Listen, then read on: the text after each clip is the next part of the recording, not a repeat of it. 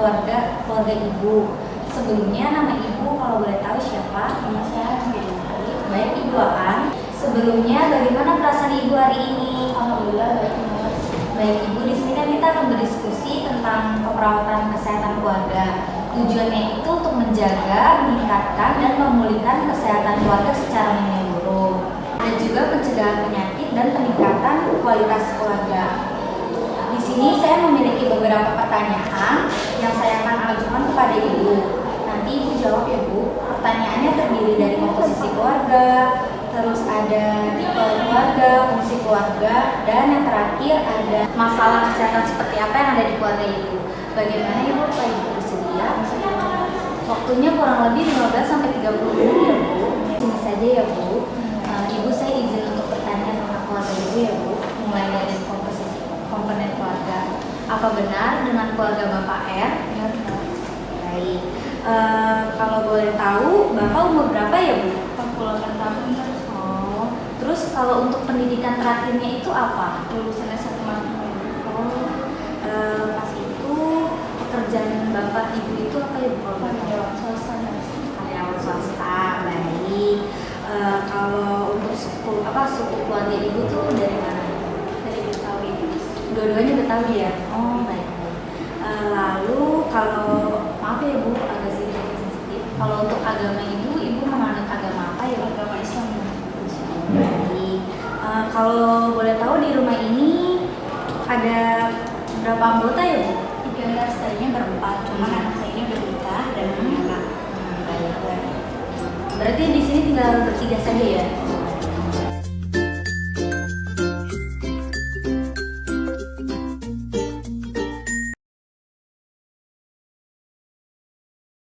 Ibu, di sini saya sudah membuatkan genogram kurang lebih seperti ini. Ini Bapak, lalu menikah dengan Ibu.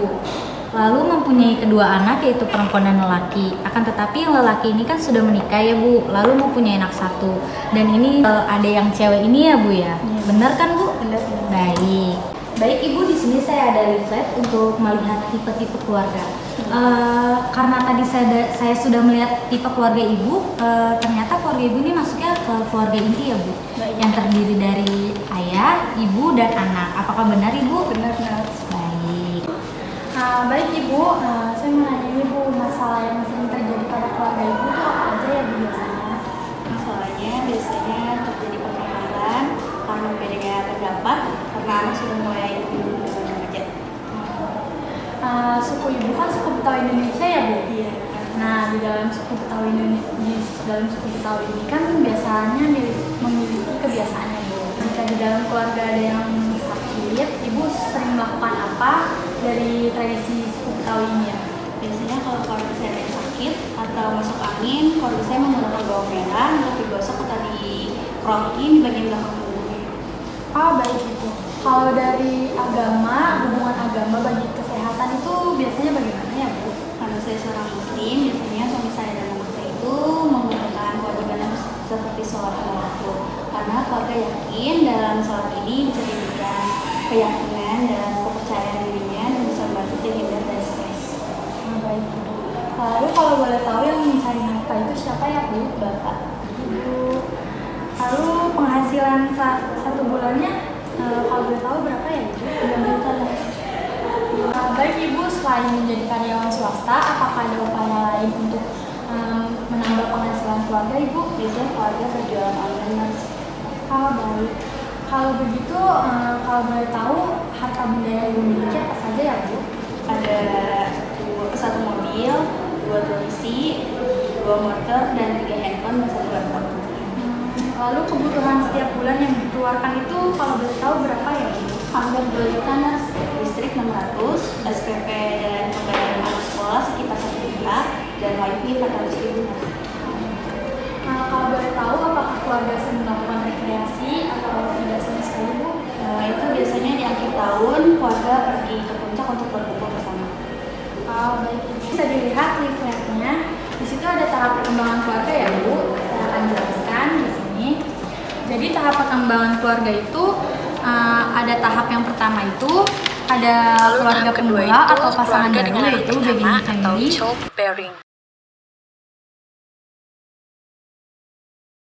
Lalu ada tahap ketiga itu keluarga dengan anak prasekolah atau family preschool. Lalu ada tahap keempat yaitu keluarga dengan anak usia sekolah, family school children.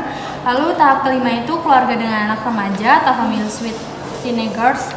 Lalu tahap keenam itu keluarga dengan anak dewasa atau launching center family. Lalu tahap ketujuh itu keluarga usia pertengahan atau middle age families. Lalu tahap ke-8 keluarga lanjut usia. Ibu, tadi kan saya sudah jelaskan tahap perkembangan keluarga ya Bu. Nah, jadi menurut Ibu tahap perkembangan keluarga Ibu saat ini tuh yang mana ya Bu? Saya kayaknya masuk di tahap 5 Nas, keluarga dengan anak remaja. Karena kan anak saya udah yang pertama sudah nikah ya, dan sudah keluar dari rumah dan juga udah memiliki anak. Berarti tahap ke-5 dan tahap ke-6 ya Bu.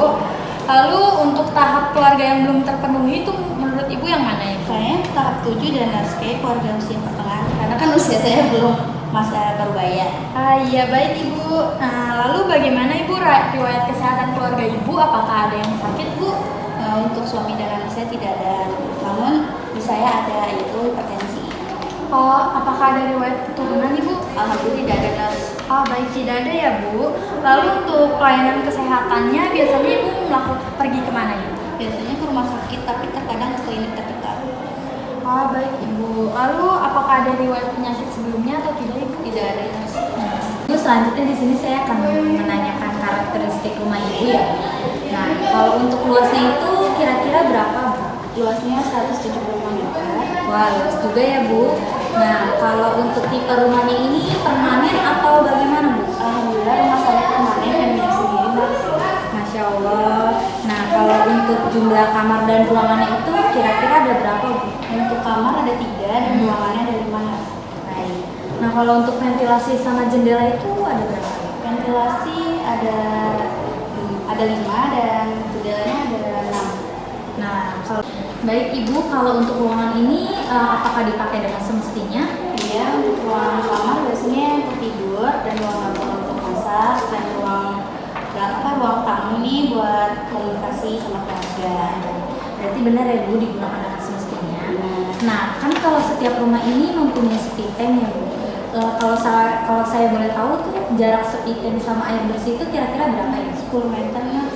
Oh baik, itu emang harus kayak gitu ya Bu, karena mencegah penyakit itu Bu. Jadi emang harus jaraknya tuh 10 meter dari rumah.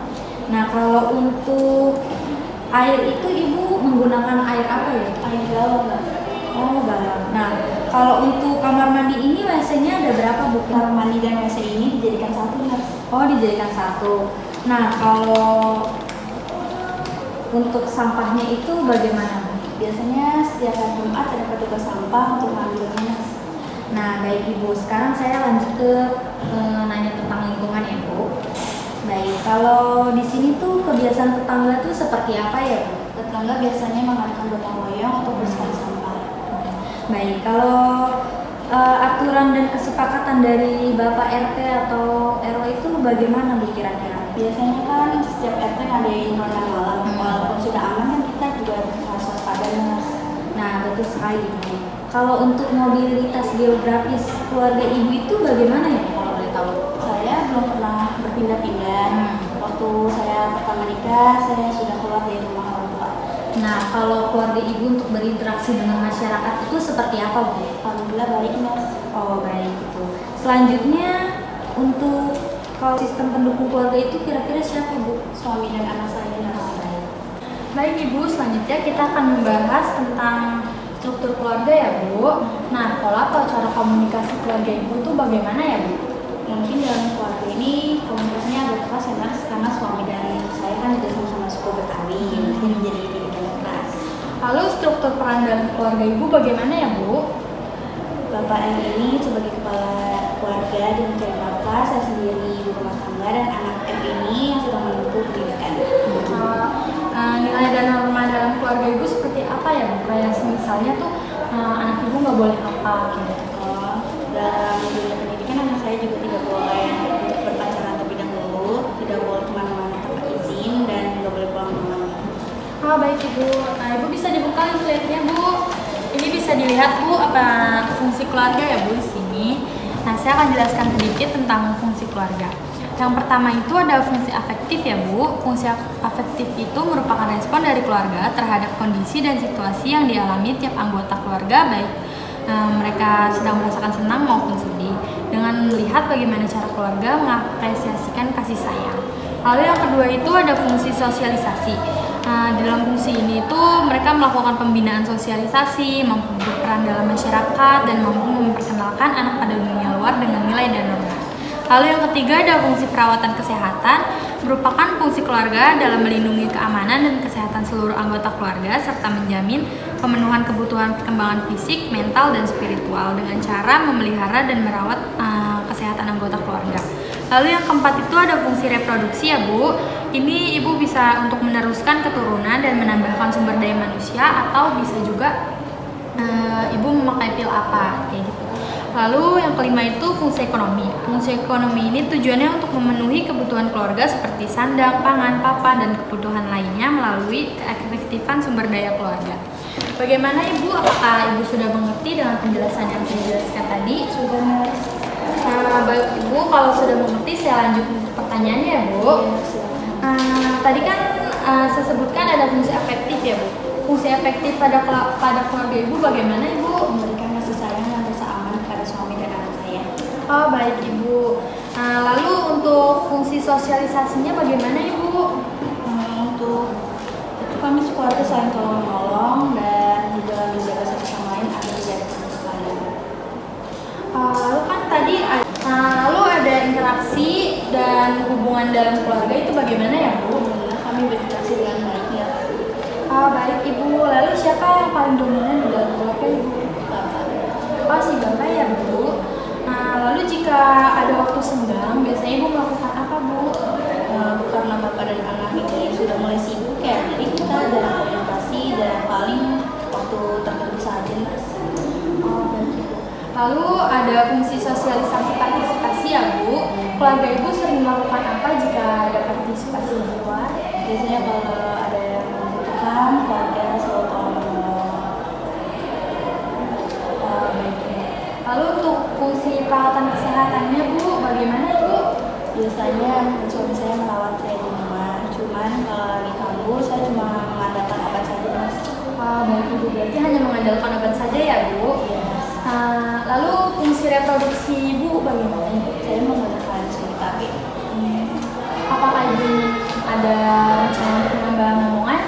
tidak. Ada ya Bu. Baik Ibu, lalu fungsi ekonomi biasanya dilakukan untuk apa Ibu? Untuk kebutuhan keluarga Mas. Baik Ibu, selanjutnya akan dilanjutkan. Nah, baik Ibu. Selanjutnya ini stres dan coping keluarga ya Bu. Boleh dilihat di slide ya Bu. Di bagian ini. Di sini ada beberapa stresor dari keluarga ya Bu. Bisa Ibu lihat. Nah, jika Ibu sudah lihat, kira-kira stresor apa yang keluarga Ibu miliki? Biasanya di dalam keluarga terdiri ada masalah orang tua, keuangan, dan pastinya anak. Baik Ibu.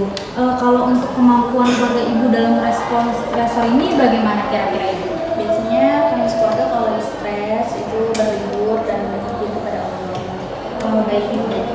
Mungkin sampai situ saja ya Bu untuk pemeriksaan kesehatan keluarganya. Sekarang saya akan lanjut untuk melakukan pemeriksaan fisik kepada Ibu.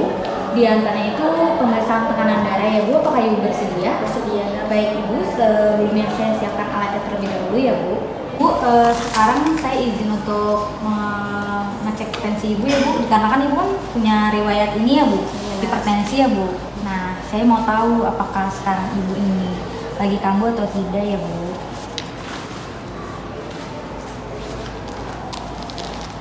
Maaf Bu.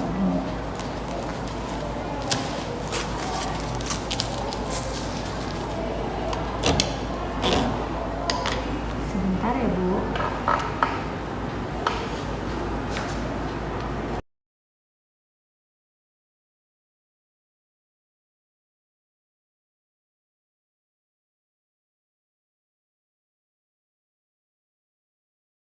Ibu untuk pemeriksaan tekanan darah sudah selesai. Namun tekanan darah Ibu ini lumayan tinggi ya Bu. 139/90 ya Bu. Tapi kalau untuk pemeriksaan head to toe dari kepala sampai dengan kaki alhamdulillah normal dan tidak ada kelainan apa-apa ya Bu. Baik Ibu, pemeriksaan fisiknya sudah selesai.